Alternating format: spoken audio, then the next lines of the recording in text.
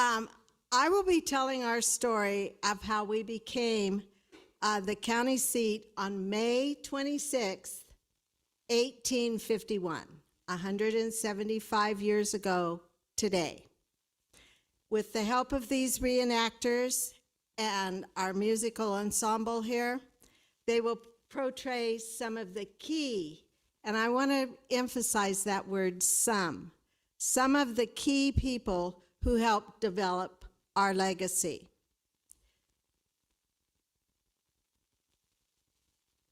Now, some of you may be familiar with this picture, but I want you to look at this picture and I want you to mentally take out the horse and buggy and take out the train and the electric pole there, or the telephone pole. Take all of that out, the fences, take it all out, and imagine that you were back in time, because that's where our story is going to begin today. Every story needs a beginning, and that spot is as you are driving into Auburn, California. There's the train trestle. As you're driving in, that is now under Interstate 80, Highway 80. And we are fortunate enough to have the beginning of our story, the person who started our story, here tonight with us. Claude Shauna, are you ready?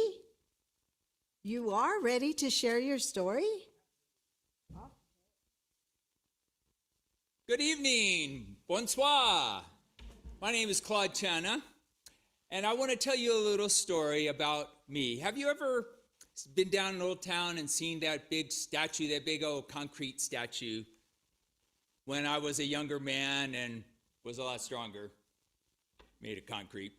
I was panning for gold with that batea, that wooden bowl there that we used to mine these hills. And I want to tell you a little story how this came to be and how I am linked here to this beautiful city of Auburn. So I was born in France, and I had this dream when I was young that I would own some land and grow grapes and have a winery and grow fruit. But in order to own land in those days in France, you had to be born into that. And so I decided I would seek my fortune elsewhere, and I immigrated to New Orleans when I was 29 in 1840. And I earned money by making barrels. I was a cooper. I eventually moved on to St. Joseph, Missouri. At that time, was one of the first people to settle there. And at that time, wagons, trains were headed west for more adventure, for open lands, and opportunity that wasn't available. And in 1846, I joined one of those wagon trains and made my way to a territory that at that time under Mexican rule in the territory of California. I came to Sutter's Fort down in Sacramento, and I met Sutter, and I met a man working for him named James Marshall, and we became really good friends. They pointed me out to a ranch that was on the Bear River, Sicard's Ranch, and I worked there for a year or two, learning the trade and growing crops, and that dream I still carried. Well, a lot of things happened in 1848. That very February, the Mexican-American War ended, and that territory that we're living in now is under the territory of the United States. And then a month or so later, I heard word that my friend James Marshall, who was building a lumber mill up in Coloma for Sutter, struck gold. And so I jumped on my horse and made the 3-day ride from my ranch up to there to see if it was true. It was, and everybody was already in the river panning gold. I talked to James. He showed me how to use this batea and pan for gold, and man, I had it. I had gold fever. I just knew what I had to do. I rushed back to the Sicard's Ranch. I got a couple of my friends to come with me. I said, we're going to go make our fortunes, and we decided that we were going to journey back and have it happen. Well, one of my compatriots, he knew a shortcut, and so we went a little bit different route back.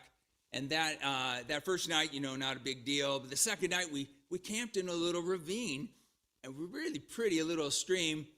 And, the next morning, just for fun, I stuck my shovel in that gravel. I put it in my batea. I swung it around, got the gravel out. There were 3 gold nuggets in my pan on the very first set. Can you believe it? Sacre bleu! Oh, forgive my French. Anyway, everybody was so excited. We panned and mined that little creek. We got 3 pounds of gold out in just 3 weeks. 3 pounds. Wow. Then we heard, everybody was headed up to Coloma. And then we heard there was a big strike on the Yuba River at Rose's Bar. So we decided to pick up our stuff and go up and seek our fortune that summer up at Rose's Bar on the Yuba River. And more of that in a minute. But, I heard that after we left, Joe Woods took up our claim, and he began mining that and had a lot of success and turned it into Woods dry diggings. And as you know, that's the roots of Auburn. But I'm so proud that I had that initial first couple pieces of gold out of that creek and forever unified me to this fine city of Auburn. As for me, up on the Yuba River, well, that's where I really struck it rich. I pulled out $25,000 worth of gold by October of 1848, and that's $1 million of today's money. Well, I went right down to Sicard's Ranch, bought him out. I bought 500 acres right next to him, and I planted my almonds, and I planted my wine grapes, and I planted my fruit trees. And you know who my best customers were? Those miners of 49er. Bought 3 peaches for $1. I made a lot of money in that next decade and was really happy, successful. Was one of those first enterprising agriculturalists, entrepreneurs here in California. But as gold would have it, it gave me my fortune, and then luck turned. The river gold banned out. People started digging for gold in mines, and then they began blasting it away out of the mountains with hydraulic mining. All that debris and water came flowing down the rivers and flooded the plains, right? And so we built levees to try and keep it out of our orchards. Well, one year the levee broke and completely buried all my whole orchard in 20 feet of mud. I was out of business. But so the last decade of my life, I lived in Wheatland, grew a little bit of grapes there and had a little bit of winery. But that summer of 1848, man, that was like the dream come true for me, and it tied me forever to this fine city of Auburn. Thank you very much.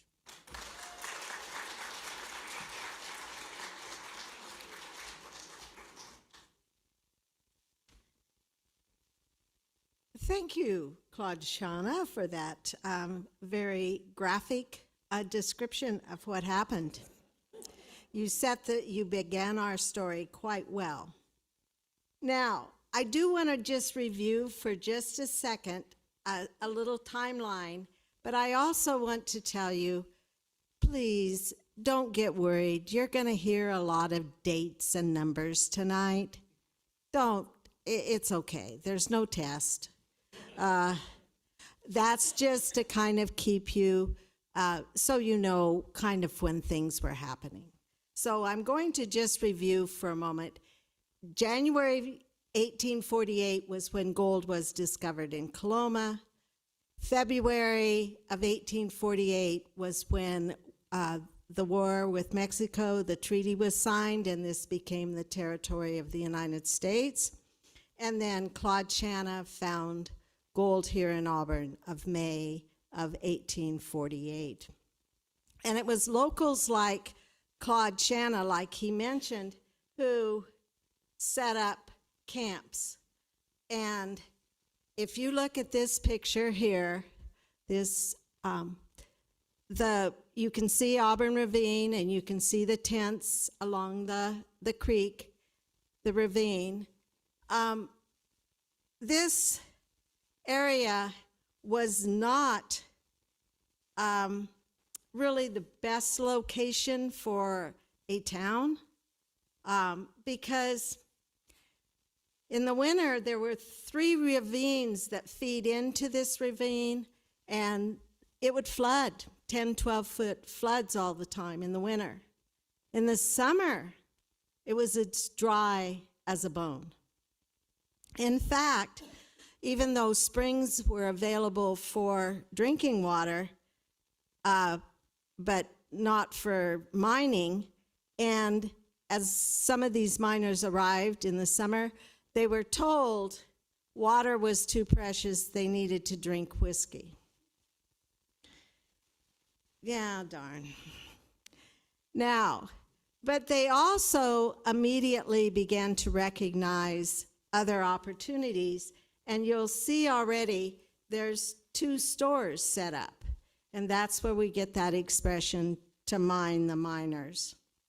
Now, people were arriving from all over the world, all over, and there's lots of opportunities, including for women. The state constitution has a provision that women may be the sole proprietor and owner of a business. Now, in September of 1850, California becomes a state with 27 counties. So this is Auburn. A lot of people, you've probably seen this picture a lot. This is Auburn. But what county is it? It's Sutter County at this point. And so the county seat for Sutter County was right here in Post and Ripley's Dome Tent. I love that name, Post and Ripley. Yeah. So that was where the county seat was for Sutter County. And then on April 25th, 1851, 175 years ago,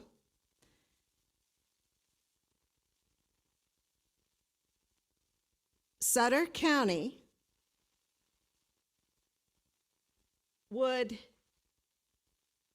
this is all had been part of Sutter County, but now it is going to be, Sutter County is going to be broken into smaller counties.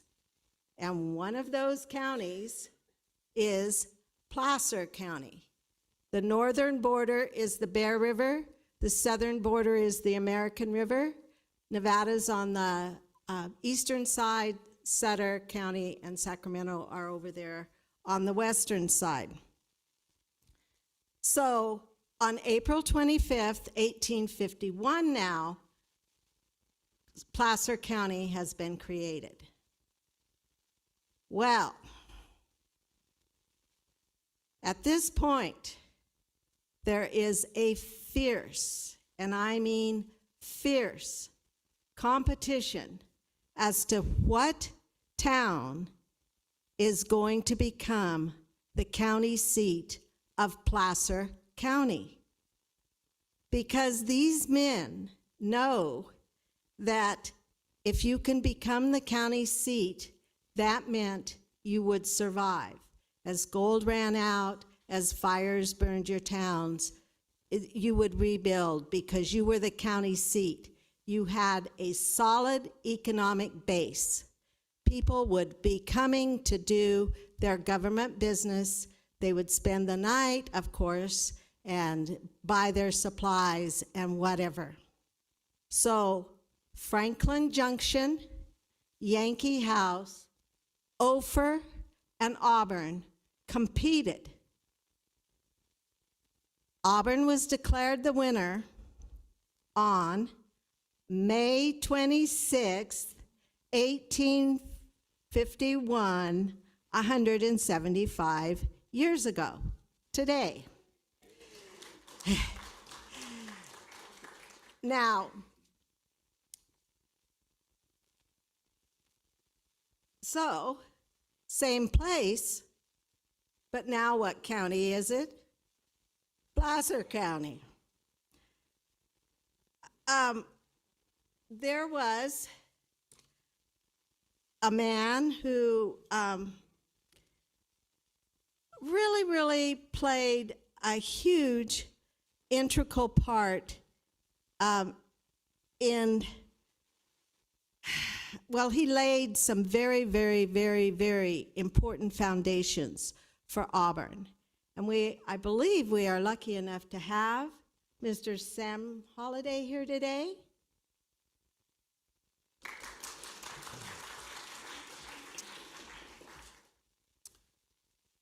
Let me ask you a question. Have you ever been walking through the streets of Auburn and wondered where the name of that town came from? Because when I first arrived here in the summer of 1849, there was no Auburn. There was no courthouse, no fancy town hall building. No, there was nothing but a collection of canvas tents and mud, empty whiskey bottles, a bunch of men with gold fever burning in their eyes. And they called this place Woods Dry Diggins. Believe me, I thought that name was every bit as rough as the place itself. My name is Samuel Holliday. A little background. I was from Duanesburg, New York. My father died when I was 4 years old, and I was raised by my mother and my brother. But I was lucky enough that I came from a family that really embellished and embraced education. By 1843, I was studying law in Cleveland, Ohio, and 3 years later, I opened my own law practice. It was respectable work, decent work, the kind of life any young lawyer might fancy himself to settle into. But then came the news that changed everything. Gold in California. And like thousands of others, I felt the call. I made my way to California. I took the long route, went through Panama, and after crossing jungles and oceans, I finally set foot in San Francisco on June 4th, 1849. And not 2 weeks later, found myself right here in Woods Dry Diggins. Now let me tell you something about mining camps back in those days. They had no court, no judge, no sheriff, but they had plenty of disagreements, plenty of flare-ups between miners, and every once in a while, serious crimes. Now, the summer I was there was a young man who was charged with grand larceny, and it did not take those miners long to figure out what they thought justice looked like. They were preparing to hang that man. And that's when I stepped forward. And being a lawyer, I understood some things that maybe they didn't. That even on the frontier, justice should never be served in anger.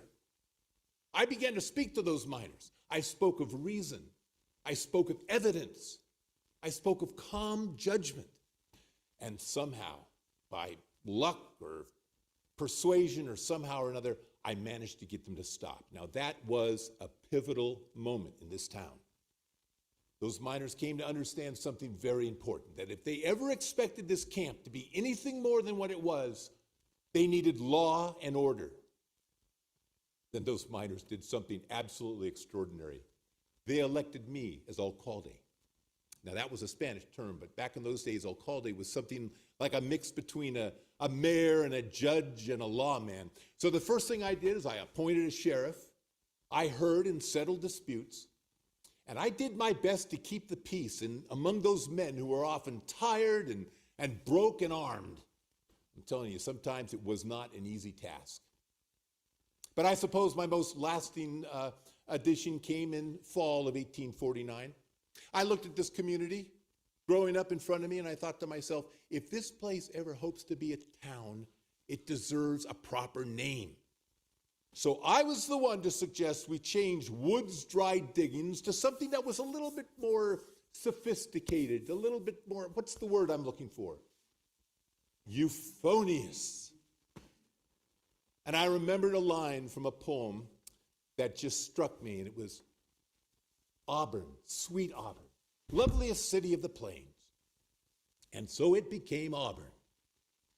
Now, later that same year, my career took me to San Francisco, and my career started as a lawyer, started to take off, but I never forgot that dusty little mining camp where men almost committed a hanging, but decided to build a town instead. Today you walk through Auburn and it's a real city with real laws and real schools and a history worth celebrating. But back in those days, it was a dusty little mining camp called Woods Dry Diggings, and I'm only thankful that those miners had enough faith in a young lawyer, long enough faith, to give the town a better name. Enjoy your evening.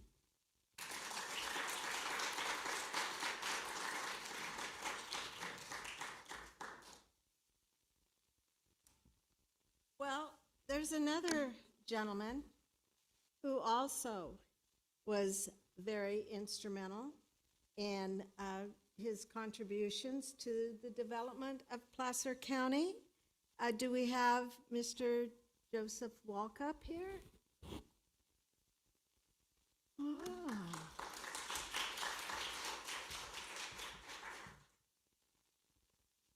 Now, I suppose there's a few things that would cause a man dread in his life. One would be to die in the prime of his life, and another would be to die when the eyes of the public are upon him. Unfortunately, I was to experience both of those events.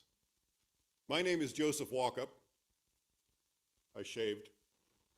I was born in Ohio in 1819, long before California was a state and long before anyone dreamed there'd be towns and farms in this part of the country.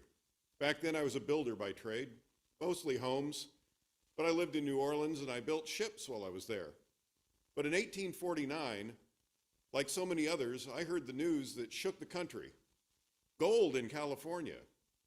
Now, I knew where there was gold, there was opportunity. So I packed up my belongings, I joined a wagon train, and I headed west across the plains. Now, that was a difficult journey. It took months. There was dust and sickness and broken wagons, and on more than one occasion, I wondered if I'd made a terrible mistake. When I finally arrived in California, there were miners everywhere, tents and shacks scattered along the creeks, and everyone was chasing gold, but few people were thinking about the other things that a mining camp needs to survive, like supplies and food. I met a man, Stephen Wyman, and we partnered up and we opened one of the first mercantile houses here in Woods Dry Diggings, Walkup and Wyman. Our store supplied miners with anything that they needed. If a man had dust in his poke and needed something to keep him going another day, why, chances are we had it. Now, I'll tell you another thing I noticed. That's that not too many people were growing food. So 1851, Wyman and I decided to try something a little different. We started farming and raising livestock. That year, we grew the first wheat crop that was raised in Placer County. And those fields went on to feed miners all over the region. And for about 10 years, I made a pretty good living as a farmer. Now, that may not be as exciting as discovering gold, but a good supply of food will keep a community sustained long after the gold runs out. Now, it was around that same time, the state of California decided that this region needed its own government. There were too many people and too many things going on to be managed from far away. So they appointed several men to organize a new county. I was one of the commissioners that was appointed to establish what would become Placer County. That's something I've always been proud of. In those early days, we helped shape the early government of this county. We set up courts, organized leadership, and turned scattered mining camps into a real county where families could settle. Now, the people must have thought I did a pretty good job at that, because in 1852, I was elected to the state senate, and again in 1856. Before long, I found myself serving as lieutenant governor of the state of California. Now, that job came with a responsibility I hadn't quite expected. I was also warden of the state prison. Now, that system was in terrible shape. It was poor management and disorder everywhere. But with some steady leadership, a little bit of time, we were able to straighten that out and restore order. Now then, after I took care of the state prison system, I found another fight worth taking on, and that was the Central Pacific Railroad. Now, they'd grown very powerful, perhaps too powerful. I was one of the men speaking out against their monopoly over California commerce. Now, progress is a good thing, but no one company should have so much power over the people of a state. And later in life, I took on yet another role, that of a husband. In 1861, I married Elizabeth Elliott. And in 1868, I became the owner and editor of the Placer Herald. And it was there in the office of the Placer Herald that my story comes to an end on October 15th, 1873. A stroke. 54 years old I was. Not a long life by some measures, but when I arrived here, this place was nothing more than scattered mining camps. And now it's a county with towns and farms and roads and families.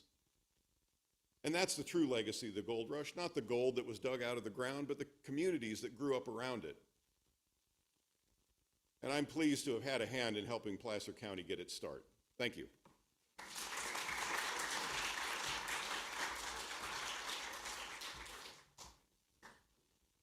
Thank you, Mr. Walkup. Now, in addition to the kinds of things Mr. Walkup did, we needed some infrastructure, right? We need some things. And so we had Dr. Crandall. I believe you are here today. Well, good.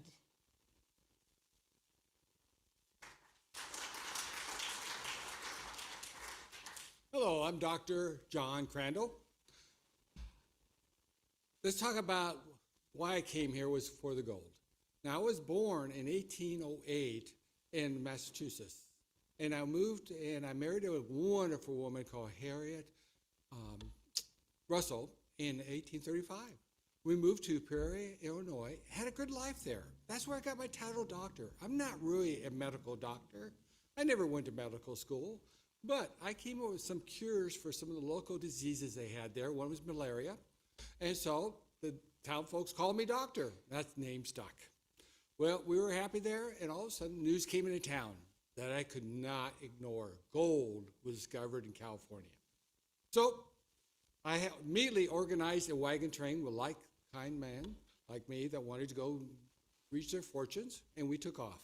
We left in the fall of 1848 and arrived in Woods Dry Diggings in the springs of 1849.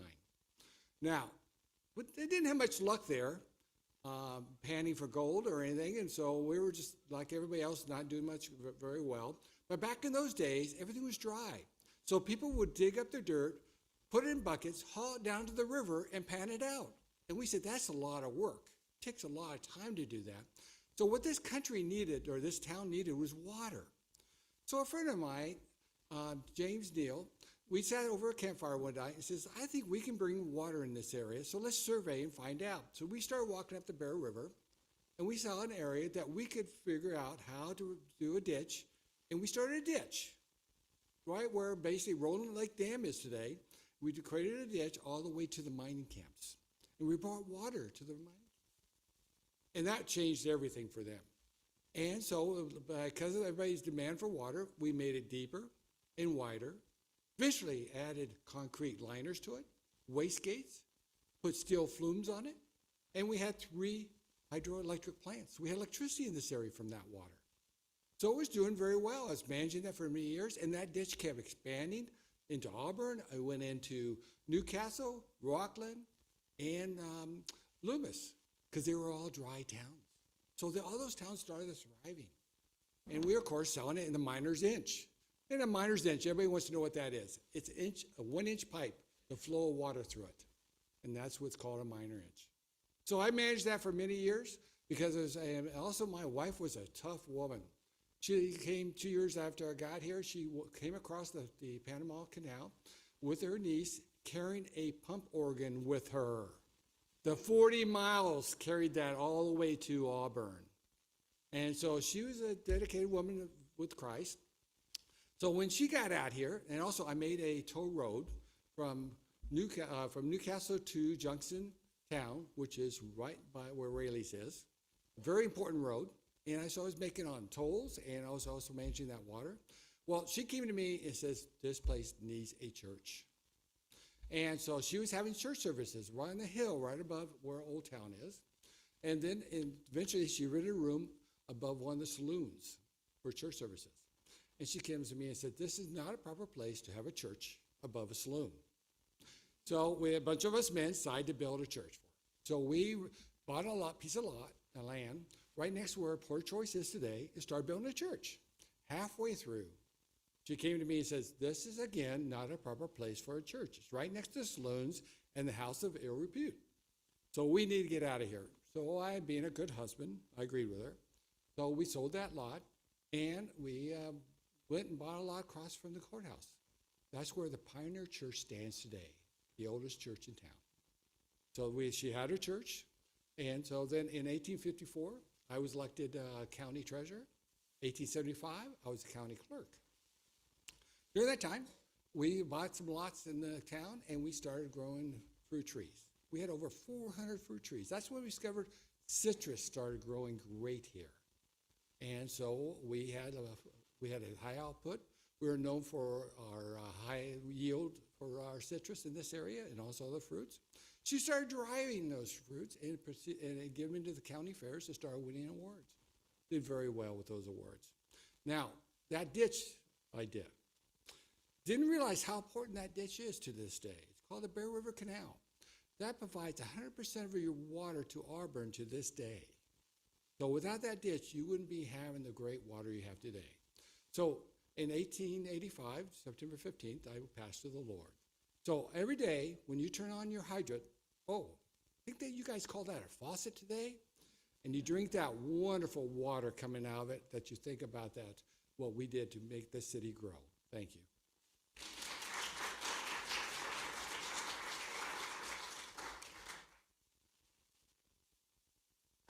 You may or may not remember, this is the picture we began with. And this is where Claude Shauna found the gold here.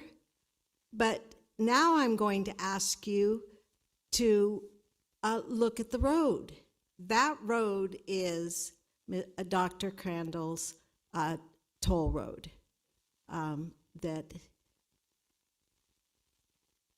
Now, moving right along in our story, 1851, we're in a dome tent, right? 1853, we move to this lovely wooden courthouse with the brick jail next door. But this building is used by the county and the town for government business.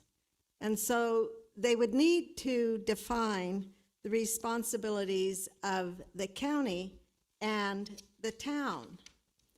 So in 1860, Auburn would incorporate. In 1868, Auburn would disincorporate, and in 1888, Auburn would reincorporate. Now, the whys and wherefores and all of that is a story for another day. But, so now the city and the county are, the city has different locations for City Hall throughout the town. And this is only for county business after a time. One of the very first actions that was taken in 1851 was health care for the indigent, and that was primarily miners.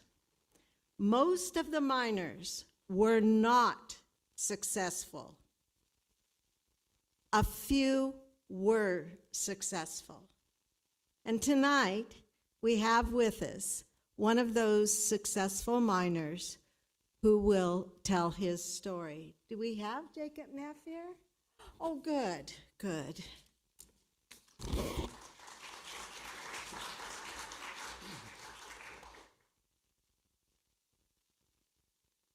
Imagine walking almost 3,000 miles across a continent.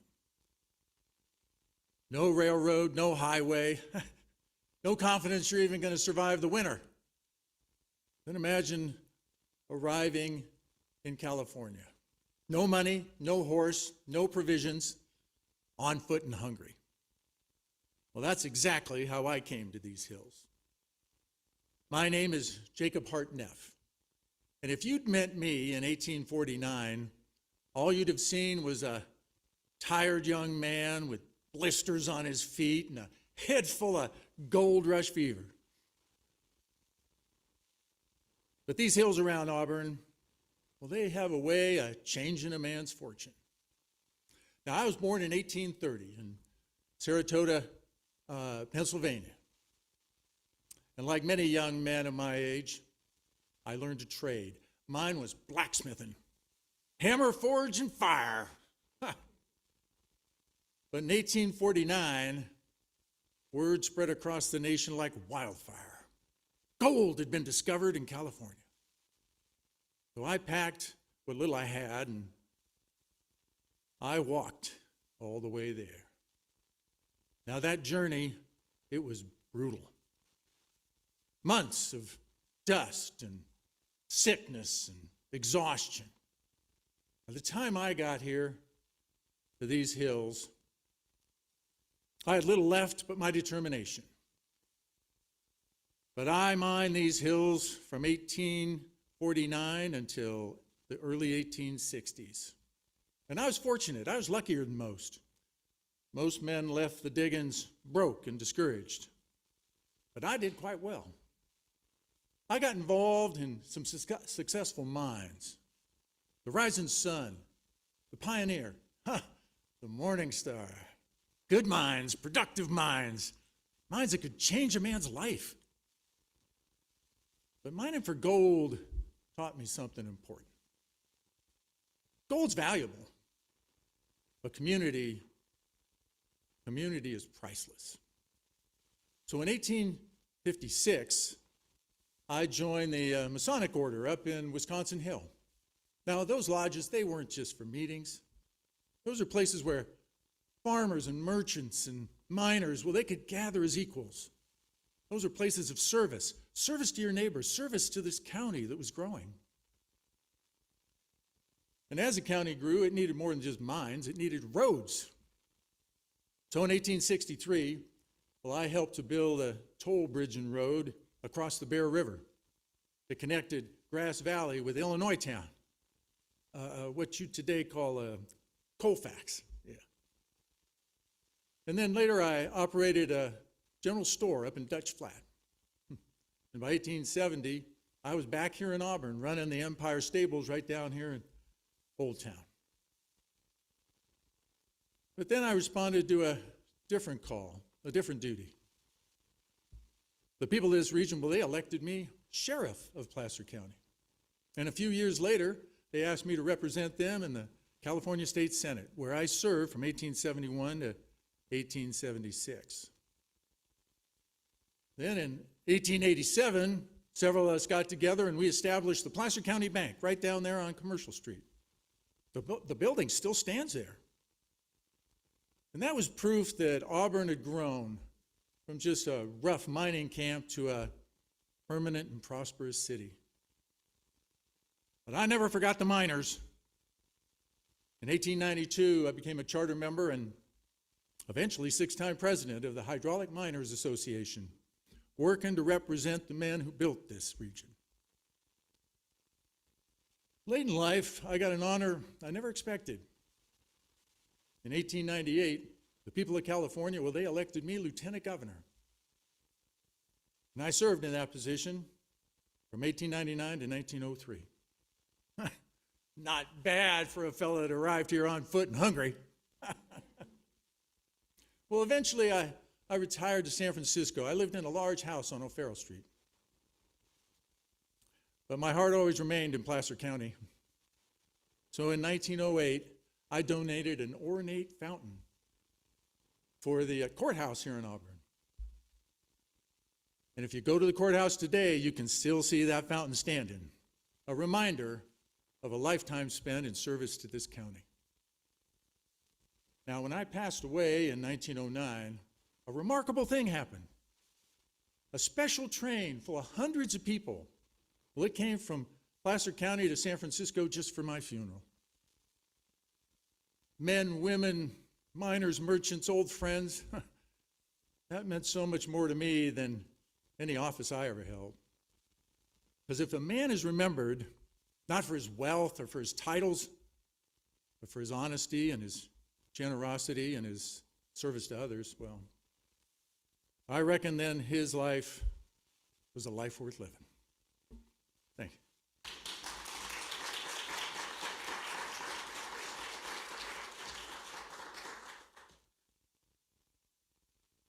Just a couple of bits of trivia about the fountain there. It's for 3 different services, shall we say. The horses, right down below down there you can see, is for the dog, your dog, and on the other side is the human side, the fountain for. And, you know, it is very fitting that Jacob Neff his fountain is here at our 3rd courthouse that was built in 1898. It took 4 years to build it. And it was meant to be fireproof. We had a lot of problems with fire here.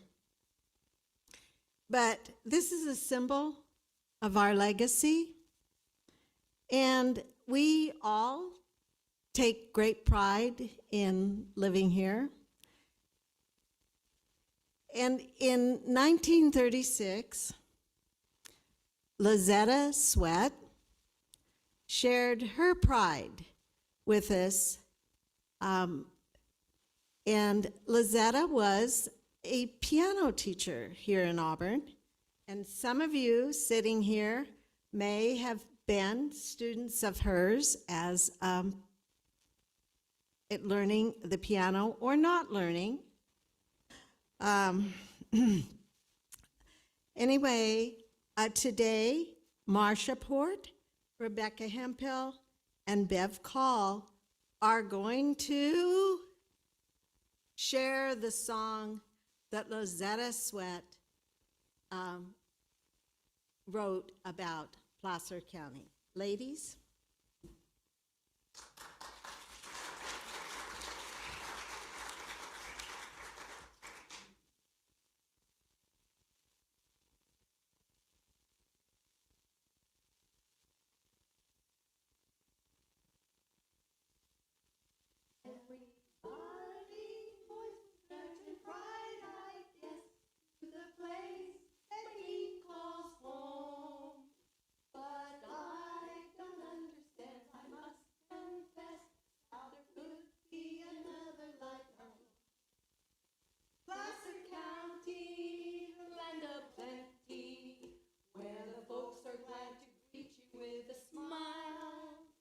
It's the land of milk and honey where we tread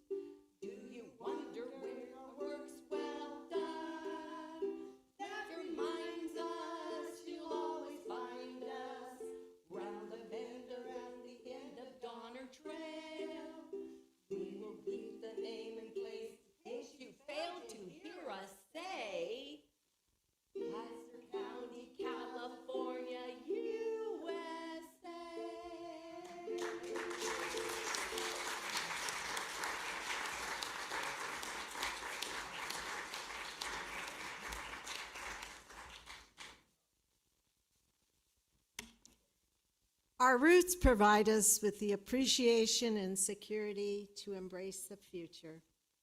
And so, on behalf of our reenactors, Jerry Askew, Gary Kuloff, Bill Gray, Brad Weisberg, Richard Loomis, and is it Richard or Rick? Oh, good. Bev Call, Rebecca Hemphill, and Marcia Port. Would like to thank all of you for letting us share a piece of Auburn's history on this very special day, May 26th, 175 years ago, when Auburn became the county seat. And now our mayor, Kelly Davis, will share some closing remarks.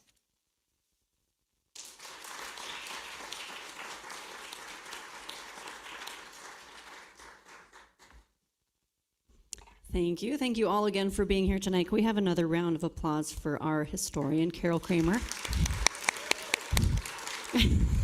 Thank you, Carol. And a round of applause for our actors and musicians. Thank you. And also Amy up top, our city clerk. Thank you, Amy. And our city manager over here, Sean. Thank you. I'm sure volunteers and staff, you all played a critical role in making this happen, so thank you very much. Auburn is clearly a place built on grit, resilience, and hard work, and we should be proud to call Auburn home. We have a rich history, and I'm excited to see how we are all shaping the future of Auburn and the milestones we discuss and celebrate 175 years from now. So Carol told me I can keep this short. Thank you all again for being here, and especially to our reenactments. I always really enjoy everywhere you show up and everything you do. So thank you again, and have a great night.